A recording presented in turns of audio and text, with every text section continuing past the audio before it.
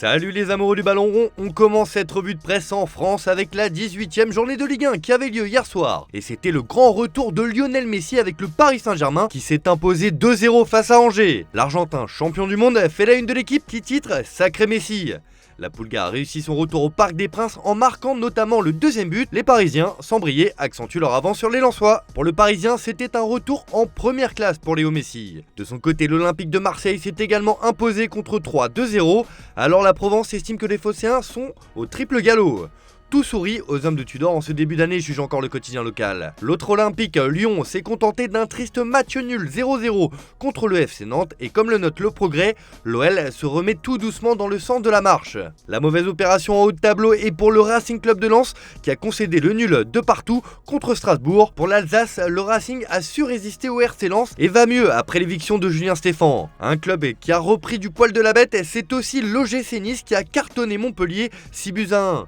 Pour Nice Matin, le gym est transformé. On le rappelle, Lucien Favre a été démis de ses fonctions cette semaine. On file en Angleterre où ça jouait également hier soir en Coupe de la Ligue anglaise. Et coup de tonnerre, Manchester City est tombé contre Southampton 2-0. Les Super Saints s'imposent face à City, placarde The Guardian ce matin. Et le gros coup réalisé par les Saints fait des gros titres de la presse anglaise comme sur la couverture du Daily Express qui ne s'en remet pas et titre que c'est étourdissant. Le Daily Mail va plus loin et indique que les Saints sont en vie alors qu'ils galèrent en Première Ligue avec une 20e place au classement. Cette victoire de gala en coupe face à City pourrait leur offrir un regain de confiance pour les prochaines semaines. Il y avait aussi de la coupe en Espagne, enfin plutôt en Arabie Saoudite là où se déroule la Super Coupe. Et nous avions le droit à un choc hier soir entre le Real Madrid et Valence.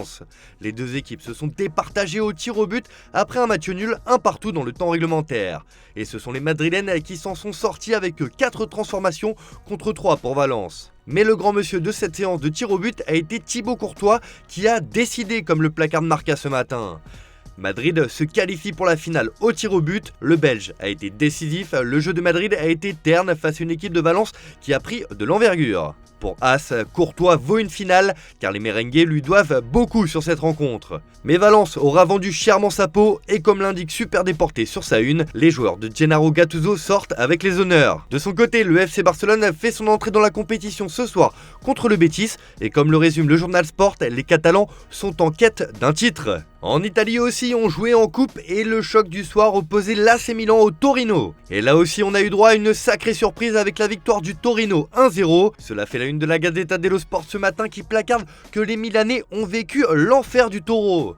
Exploit des Grenats à San Siro, il reste à 10 et élimine Milan. Pour le Corriere dello Sport, le Milan s'est écroulé et est déjà éliminé. Après le match nul et les points perdus en championnat cette semaine et cette élimination précoce en Copa, les rossoneri sont dans une mauvaise passe actuellement. On retourne de l'autre côté de la Manche où Chelsea fait énormément parler ce matin. Les Blues ont annoncé hier le recrutement en prêt jusqu'à la fin de la saison de Joao Félix, mais Graham Potter a confié qu'être manager du club londonien était la chose la plus difficile dans le football. Et oui, les pensionnaires de Stamford Bridge sont en crise, alors comme le rapporte le Daily Star, Potter fait appel à ses 4 fantastiques.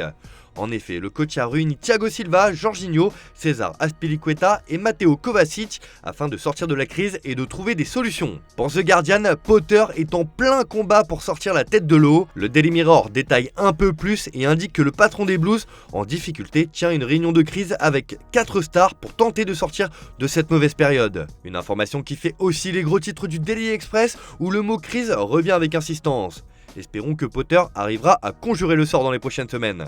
Allez, on termine ce tour de la presse avec une info mercato. Enfin, surtout une bombe lâchée par Mundo Deportivo ce matin. Le quotidien catalan annonce que Lionel Messi jouera en Arabie Saoudite. Enfin, c'est Nasser Attiyah, cousin de l'émir du Qatar, qui a révélé au journal que l'attaquant rejoindrait une équipe saoudienne une fois son contrat à Paris terminé. Pas de panique, rien n'est encore fait, mais l'Argentin aurait une offre complètement folle entre les mains de la part de Al Hilal. L'écurie saoudienne proposerait à Messi un salaire, tenez-vous bien, de 300 millions d'euros par saison pour venir jouer au sein du championnat local. Une offre difficile à refuser, mais Al Hilal qui veut répondre à Al Nasser qui a recruté CR7 ne reculera devant rien. Cela permettrait d'avoir de la visibilité alors que l'Arabie Saoudite est candidate avec l'Égypte et la Grèce à l'organisation du Mondial 2030. Reste à savoir ce que décidera Léo Messi, mais si cela se confirme, ça serait complètement fou. Voilà, c'est tout pour aujourd'hui. Bonne journée à tous. Merci de votre fidélité. N'oubliez pas, on se retrouve en fin d'après-midi pour le JT Foot Mercato.